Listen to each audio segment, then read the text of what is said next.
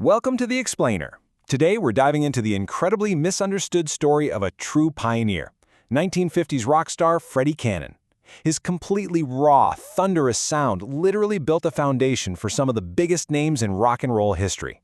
We're talking about a guy who is so often remembered for all the wrong reasons by mainstream media, yet is absolutely revered as an architect of rock by the legends who came after him. Let's get right into it. Now, take a look at this quote. The groove in Brown Sugar is slightly similar to Freddy Cannon. That's the groove. You know what's really interesting here? Exactly who is doing the talking. That is Mick Jagger, frontman of the Rolling Stones.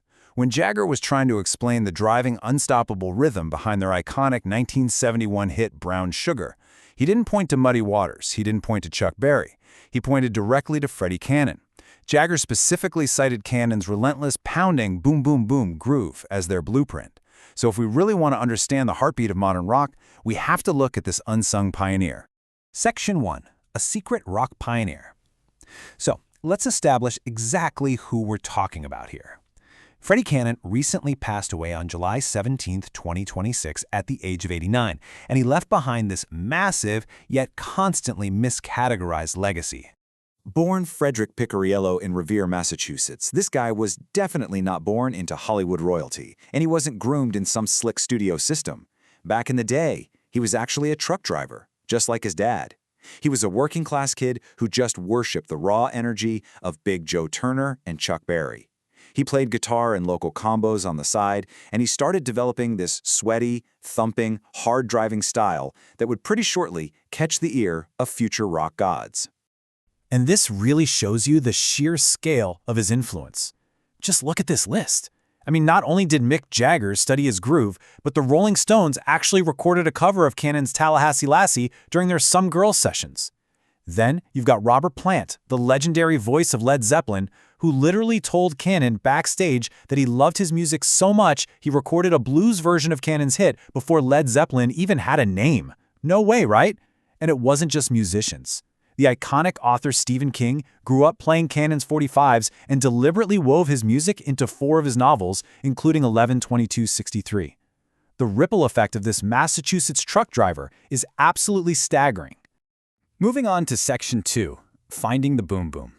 So how exactly did a local truck driver stumble upon this explosive sound that would go on to inspire rock royalty? Let's take a look at the wild origin story of his very first hit. We really need to focus on the number one here. In today's music industry, you know how it goes. Manufactured stars get endless studio time, massive budgets, a dozen writers to guarantee a hit. Freddy Cannon? He was given exactly one chance. If his first track didn't make it, he was done. There was zero safety net, no backup budget. It was completely make or break. And honestly, that one shot almost didn't happen. The making of Tallahassee Lassie, which, fun fact, had lyrics written by his mom, was a total struggle.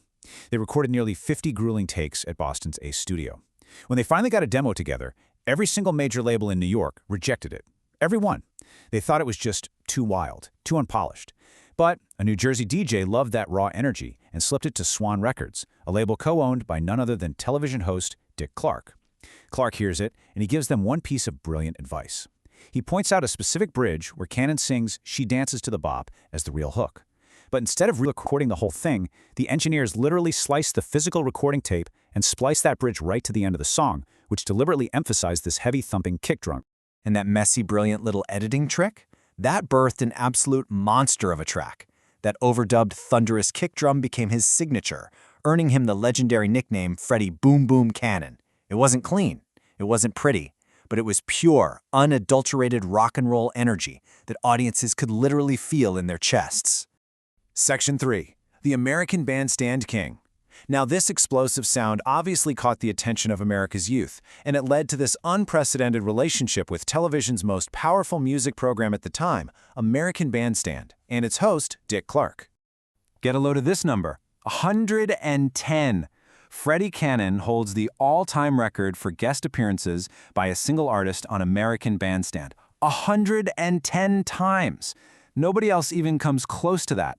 He was basically Dick Clark's go-to guy whenever he needed to get the teenage studio audience out of their seats and dancing.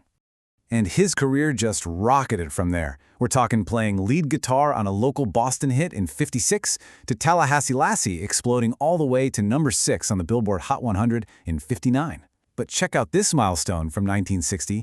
This is a piece of trivia that always blows people's minds.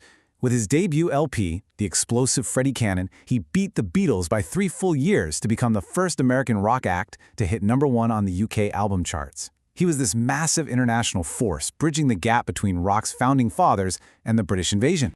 Which brings us to Section 4, Teen Idol or Rocker.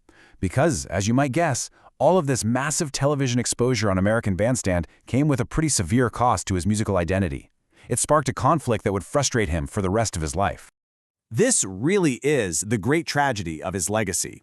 Because he was on TV so much, the industry and the media unfairly shoved him right into the teen idol box. You know the type. Singers who are manufactured, soft, cute, sang slow ballads. But the reality of Freddy Cannon was entirely different. He played raw rock and roll. He never sang a ballad in his life, and he always kept that heavy bass drum front and center. Plus, unlike the manufactured idols of his era, Cannon was incredibly business savvy. He actually owned his own master recordings, which meant he controlled his music globally for decades. That, my friends, is a rocker's move. That is not something a label puppet does. And he fiercely defended those roots. In his own words, he'd say, "I wasn't no teen idol. I was a rock and roll act. Those acts were soft and cute and pretty, didn't rock the crowd." He expressed a lot of deep frustration over this miscategorization, pointing out that it likely kept him out of the Rock and Roll Hall of Fame. He firmly believed the political committee behind the hall favored heavy rockers from England, and they just completely overlooked the raw, sweaty, foundational American rock that he championed. Section 5. An enduring rock legacy. Because look, despite the industry politics, as we evaluate his place in music history following his recent passing, the reality of his impact is just undeniable. His hits, especially the 1962 smash, Palisades Park, they didn't just survive the British invasion, they thrived. It was famously covered by punk legends the Ramones. It's been featured in massive Hollywood films. Surrounded by his family at the very end, his daughter Connie Weber noted that his music will live forever in our hearts. The fans, the fellow musicians, the generations who danced to his heavy beat, they know exactly who he was. Which leaves us with a final, provocative question to think about. Does the Rock and Roll Hall of Fame owe Freddy Cannon an apology? When you look at how he was so unfairly categorized by the media, and then you compare it to the undeniable influence he had on everyone from the Rolling Stones to Led Zeppelin, it really makes you ponder the politics of music history. How many other true architects of our culture are hidden behind a label they never asked for?